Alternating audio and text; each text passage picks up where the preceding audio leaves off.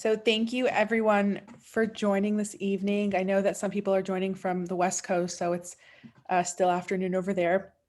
Just wanted to start it off by saying we will be recording the session.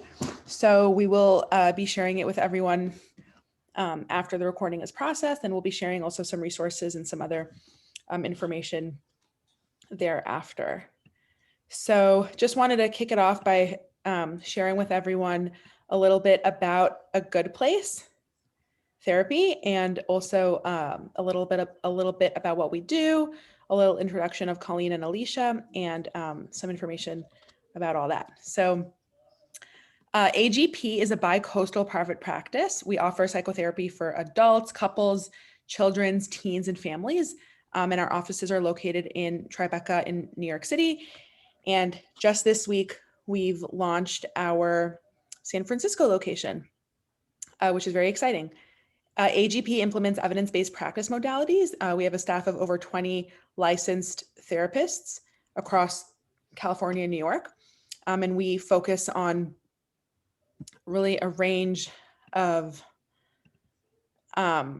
issues ranging from anxiety, grief and loss, trauma recovery, eating disorders, LGBTQIA affirming therapy, and everything in between, premarital and couples counseling, body image, depression, relationships. Really, we cover a whole range of topics.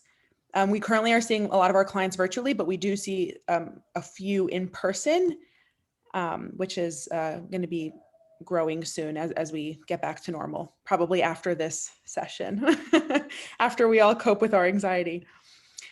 So our community support series was created as a resource to help people receive free information about mental health topics. Each session covers a variety of topics related to mental health and well-being. The mission of this program is to increase mental health awareness and reduce stigma through education.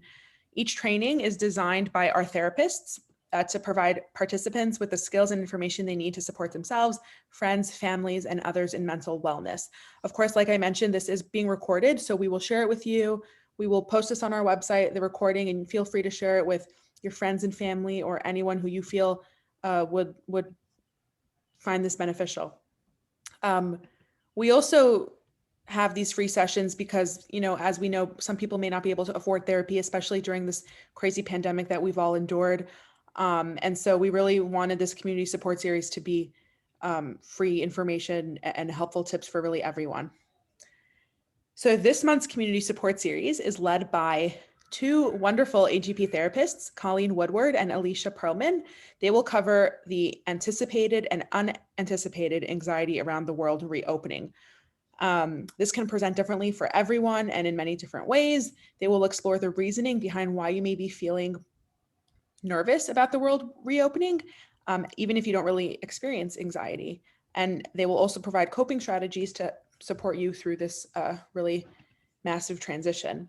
Alysha has been a psychotherapist with AGP for almost 4 years. She specializes in anxiety, life transitions, grief and loss, relationship stressors, and the intersectionality of these. The unknown can create a lot of anxiety and is often difficult to respond to without the tools, and she likes to work with individuals and couples to develop healthy ways of coping and challenge thought patterns to build resiliency. Colleen specializes in treating anxiety, trauma, substance abuse, and life transitions while using methods such as CBT and strengths-based approaches. Entering therapy and being vulnerable with our emotions can be anxiety-inducing and scary. Colleen likes to create a space where her clients can feel comfortable navigating their emotions while also developing healthy ways of coping that they can use in their day-to-day lives. So that's going to be really helpful information as we get into this presentation. And before I kick it off to Colleen and Alysha, if anyone has questions throughout the presentation, feel free to put them in the chat. I put the chat as open so anyone can kind of type in there. Feel free to put your questions in the chat and we will get to all of your questions toward the end of our event today. So thank you all. I'll kick it off to you, Alysha and Colleen. Okay. Hi, everyone. My name's Alysha and I'm here with Colleen, as Daniela said. Hey. Thank you, Daniela. So just a little overview of what we'll be discussing today. We'll be talking about the pandemic's impact on our mental health. It's affected us all to some degree. and individually as well as collectively as a society and the world. We'll touch on what is anxiety, what are the feelings, the definitions, what you might be experiencing, and naming it. Communicating your needs to people around you, because people are going to be entering reopening at different comfort levels. And then Colleen, if you want to finish.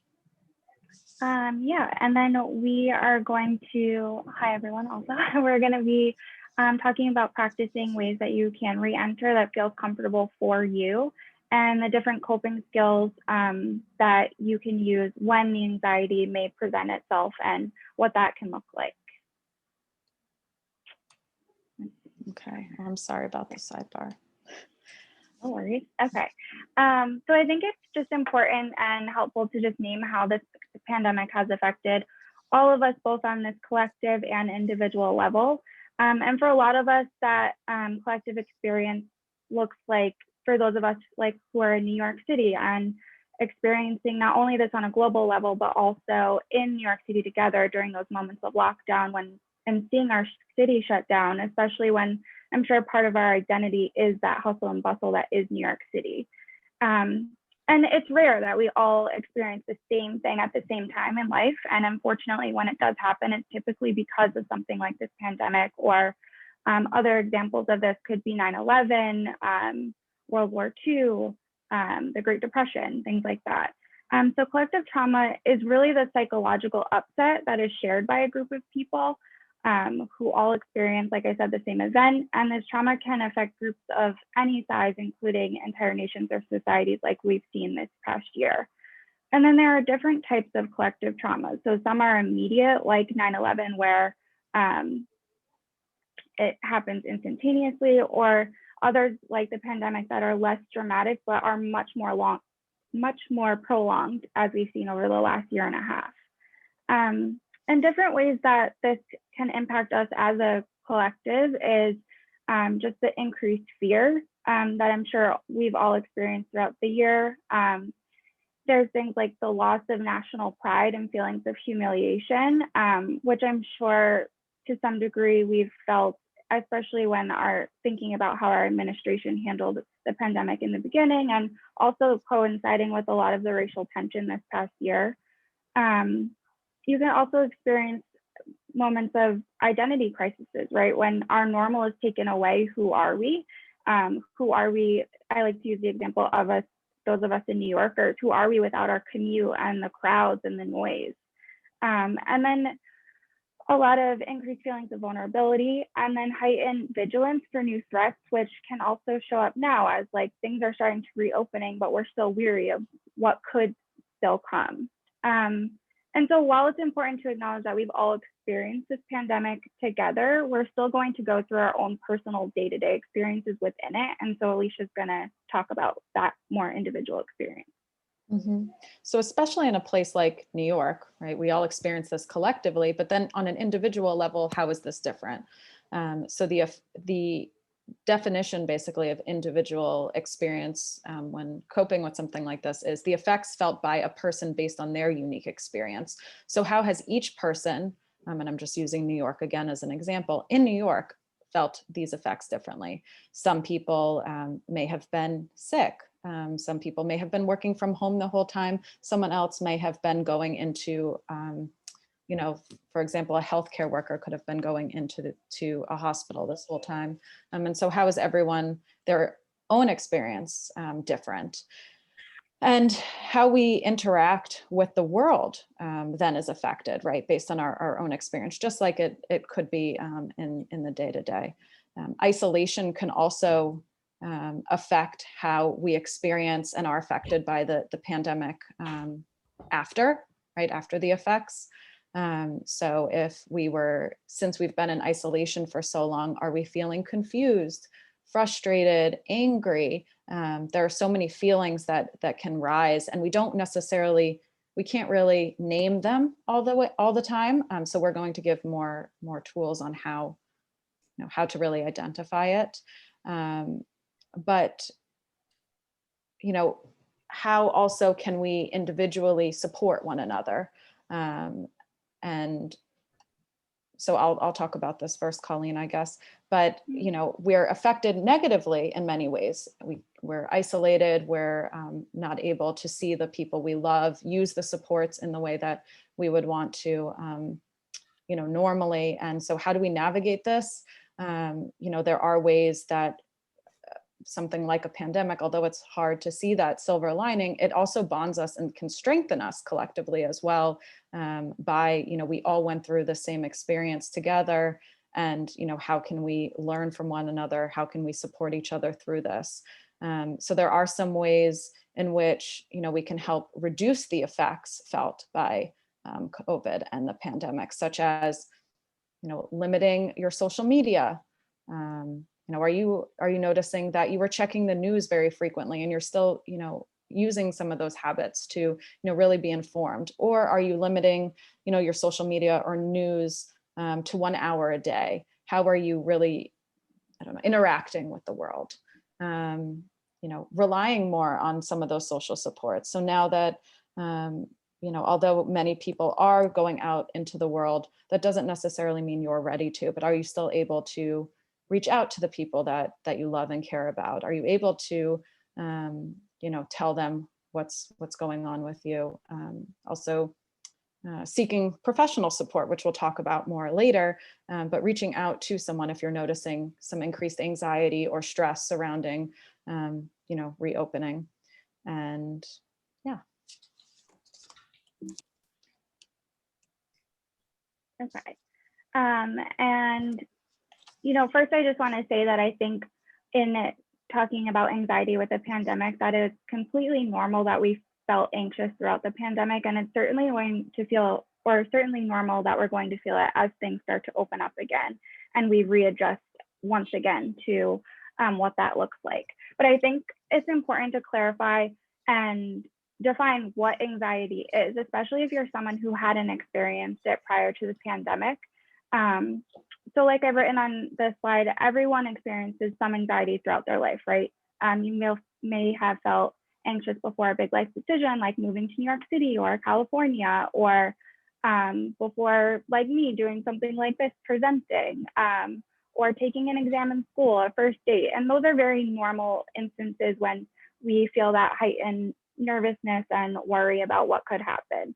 And then where it can move into a disorder is when the worry and fear are not temporary, right? They're starting to interfere with your day-to-day life, where you're canceling plans and not able to do the things that you deem normal in your own life because of the worry and fear.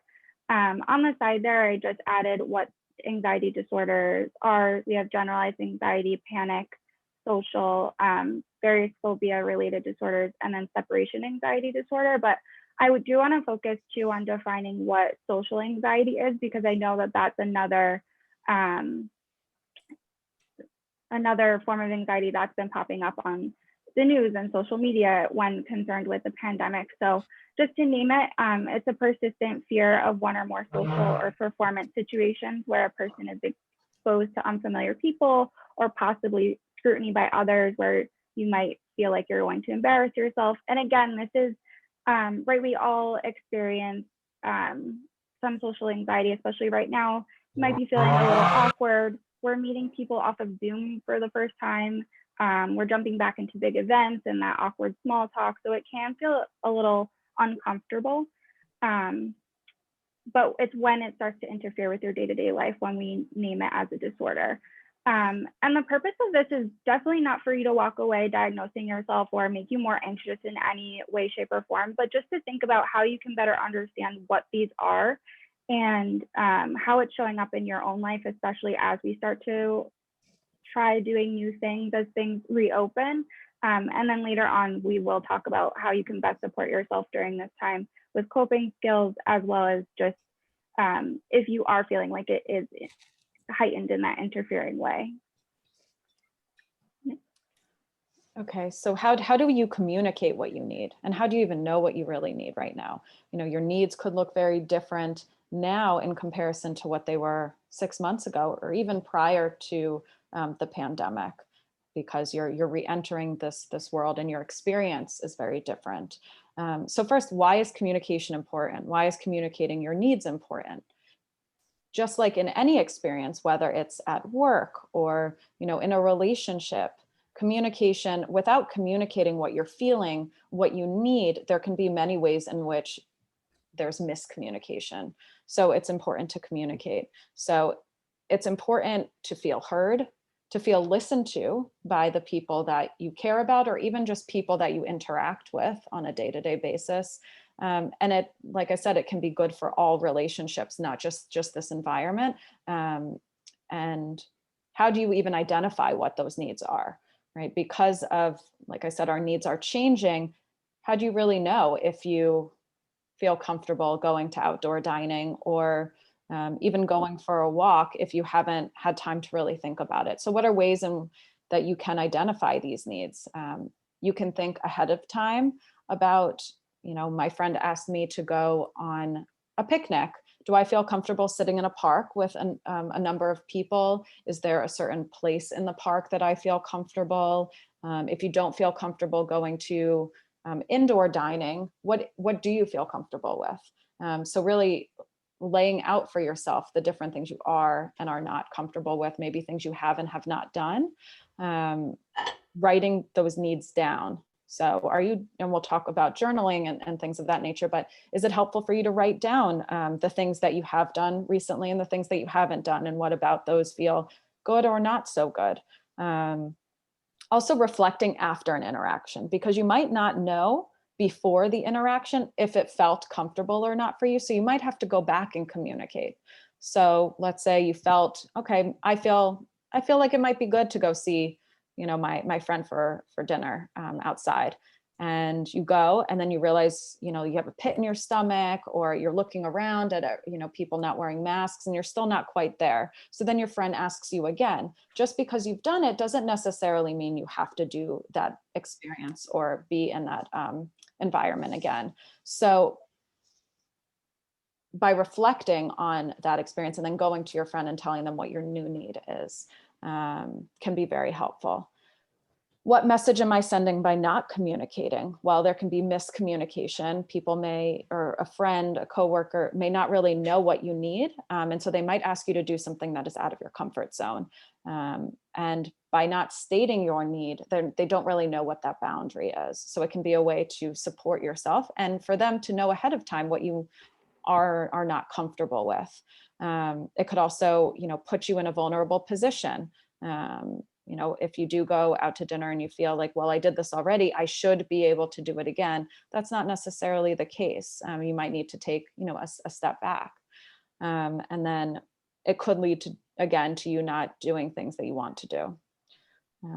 And how can you effectively communicate? So sometimes when we're feeling anxious or we're feeling like our needs aren't being met, we can communicate, but it's not necessarily in a way that feels supportive for ourselves, and it doesn't necessarily get your feelings or your needs across to the other person. So something that can be very helpful is using I feel statements. And we use this a lot with individuals and couples when it comes to expressing your needs, because it's a lot harder for someone to either argue or diminish how you're feeling, because your feeling cannot necessarily be argued. So I feel nervous about going to dinner. And, I don't know if I'm ready for that yet. Can we please go for a walk? And I will let you know as we're walking how I feel. Take a break.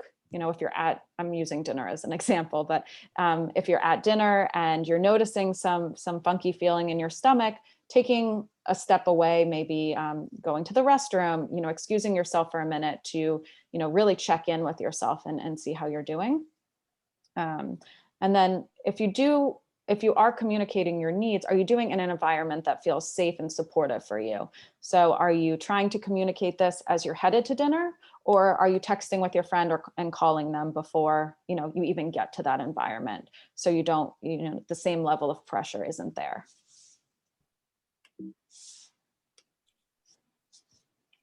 Yeah, and so how do you start to actually re-enter? I think, like Alysha said, in communicating your needs, you'll know your level of comfortability. So going at your own pace is key. That may look like starting with a small dinner outdoors with one other person and gradually working your way into larger groups, or maybe you are ready for a larger group event, but you're not ready for traveling or going back into the office. And in naming what you need, like Alysha was talking about, and re-entering at your own pace, there may be levels of feeling that FOMO or fear of missing out, right? Like where your family and friends may be at a different level than you, and they're going to that big event and you're staying home. And I think it's important though to listen to your own mind and body, and maybe that looks like when you know you might be experiencing some of that FOMO, not checking social media to see photos of that event, so that you don't feel like you missed out, because you are doing a really great thing by listening to yourself, setting those boundaries and staying home or going to the smaller event versus the bigger one. And then with that, kind of going with at your own pace is the slow and steady exposure. Like I said, like sticking to dinner with one friend and then moving up from there. And in setting boundaries, super important. I just want you to think about the idea that you may have not thought about what your boundaries are now, and you may be reinforcing ones that don't work for you anymore, but did prior to the pandemic. So this can be really important with things like work. And I know from speaking to a lot of my clients and friends that their work cultures have become much more intense of this like always on factor. And like everyone's at home, so you can do it all. And so now's the time to think about what you need your boundaries to look like around work as you start to re-enter into the office, or if you are staying home, but now we are able to do a bit more and we're not as isolated in the social setting. And then to that point, what is urgency, right? Remembering that if everything is urgent, nothing is urgent. So this can go for work, but also our social events. And as people start texting us with tons of plans, and thinking about how you can prioritize what social things and work things are important for you to do, and remembering that slow and steady pace. Mm-hmm. And as Colleen talked about how we re-enter, how do we re-enter in a way, again, that feels supportive for us? And how do you strengthen your coping toolbox, as I call it all the time with people and with myself? How do I strengthen this toolbox in order to, best support myself as we go out into the world again? So what we've noticed is that, people have not been coping with the most positive coping strategies because we don't necessarily know how to navigate our feelings completely. So there's been an increase in people, drinking or not sleeping as much because we've really been affected. So as you do re-enter, what can you do to support yourself? So here's a few examples. There are so many, but these are the ones that Colleen and I feel are most helpful for ourselves, for our clients, and that we've really seen positive feedback from. So journaling or keeping a diary, like I mentioned earlier, in terms of communicating, to really be present with yourself. And there are prompts that we'll share that are on the next page. Something as simple as taking 5 minutes out of your day, whether it's first thing in the morning, after an event, to really reflect on what you felt, or it could be at the end of the day to say, okay, some questions you could ask yourself are, how am I feeling right now? How did I feel today in comparison to last week? What do I need? Simple questions, and writing the thoughts down, because they can get so muddied in our head. So having them out on paper can help, you also feel more organized. The next one is mindfulness. So a number of grounding exercises can be helpful for this, especially if you're feeling something in the moment, if you're feeling some anxiety or stress.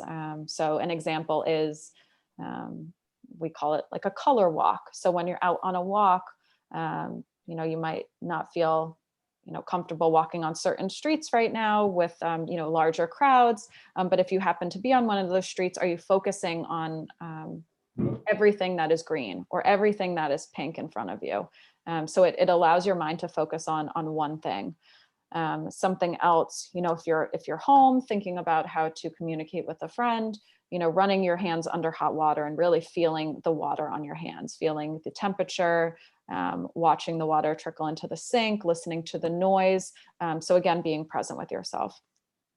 Something else that is very helpful is reframing your negative self-talk. So we do this a lot in therapy, especially cognitive behavioral therapy, where we focus on reframing the self-talk that we have, because we can be our harshest critic.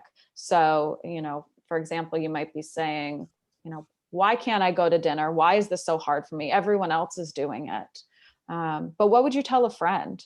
And that can, that's a good prompt to use. What would I tell a friend who was feeling this way? Would you be as harsh on them as you are on yourself? So really thinking about the thoughts that you're telling yourself, and listening to, wow, that was really harsh. How else can I say that? Why am I feeling this way? The next one, seeking support. So this can be professional, this can be personal support. So having a network of people that you can talk with, whether it's a family member or a friend or even a coworker. Support can be also seeking a therapist. There's never a right or wrong time to go to therapy. They can help you validate, normalize your feelings. They can also give you tools to support your individual experience right now.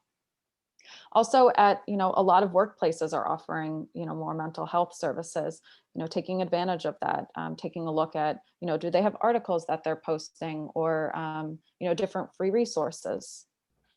And then the last one is self-care. So a lot of times self-care is this blanket statement. Okay, I need self-care. I'm going to go to a workout class, or I'm going to go get a green juice. But it's not necessarily supportive for the same situation every time. So it's important to check in with yourself and what bucket of self-care will be most supportive for you. So there are 4 that we really focus on. So social, physical, psychological, and emotional. So do you need social self-care right now? If you've been, you haven't spoken to a friend all week because you've been working, would, seeing a friend and strengthening some of those relationships, whether it's a phone call or going to brunch, is the social self-care what you need. Physical self-care promotes your physical health. So going for a walk, doing a workout, intuitive eating, things of that nature. So intuitive eating, are you making a meal for yourself based on something you crave as opposed to something you feel you should be eating? So really enjoying the meal. Psychological self-care. So this promotes your mental health. So, whether it's yoga, meditation, therapy, things of that nature. And emotional. So processing your feelings, journaling, coloring, things like that. So there are many different types of self-care. And so it can be, helpful to think about what self-care do I need? Is a green juice really going to help me right now? Is a walk going to be what will help me? So these are just some examples of journaling prompts. Like I mentioned, they can, you can do one on a day, or take 5 minutes. Sometimes prompts can be helpful for people who don't like to free write. They don't want to just sit there and, write for 5 minutes. Sometimes prompts can be helpful to really narrow down your thoughts. And that's it. So any questions, comments?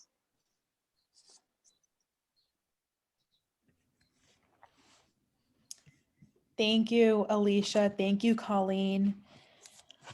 If anyone has any questions, feel free to put them in the chat. I loved all the coping and anxiety tips that you guys gave. Those are really helpful. I personally could use a lot of those. Yeah, thanks everyone. We just have some comments. Amanda says, such a great presentation. Susan says, thank you. These have been super specific and a helpful guide. So this has been really wonderful. Some more information. We actually have a follow-up blog that Colleen and Alysha are working on, and we will share that with everyone. In the blog, we'll have more resources and tips, and we'll also provide in there, I think we're going to provide in there the journal prompts that you guys can kind of use as a resource. So that will be really helpful. Yeah, so if anyone else has anything else to say, feel free to unmute yourselves. You can share any feedback. Thank you, Susan. Susan loves the color walk idea. Good, That it's a was helpful really one. great idea. Yeah, I like doing that one. Yeah, it's like playing I Spy with yourself. If I may just unmute myself for a moment, this is Susan.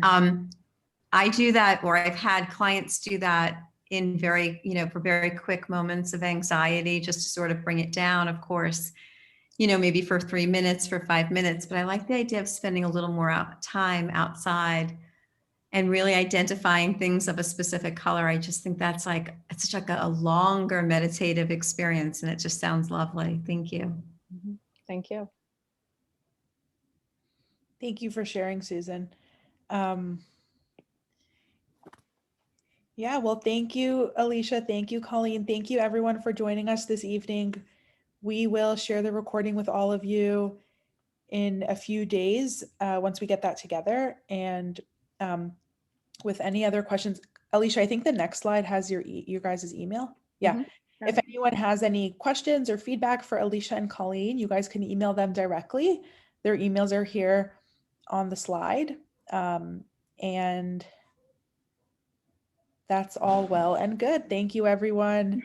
We Thank actually you. we don't have our Bay Area San Francisco location on this slide because Alysha and Colleen are both based in New York, but we do have an office there as well. So thank you, everyone, for joining us, and we will follow up with the resources.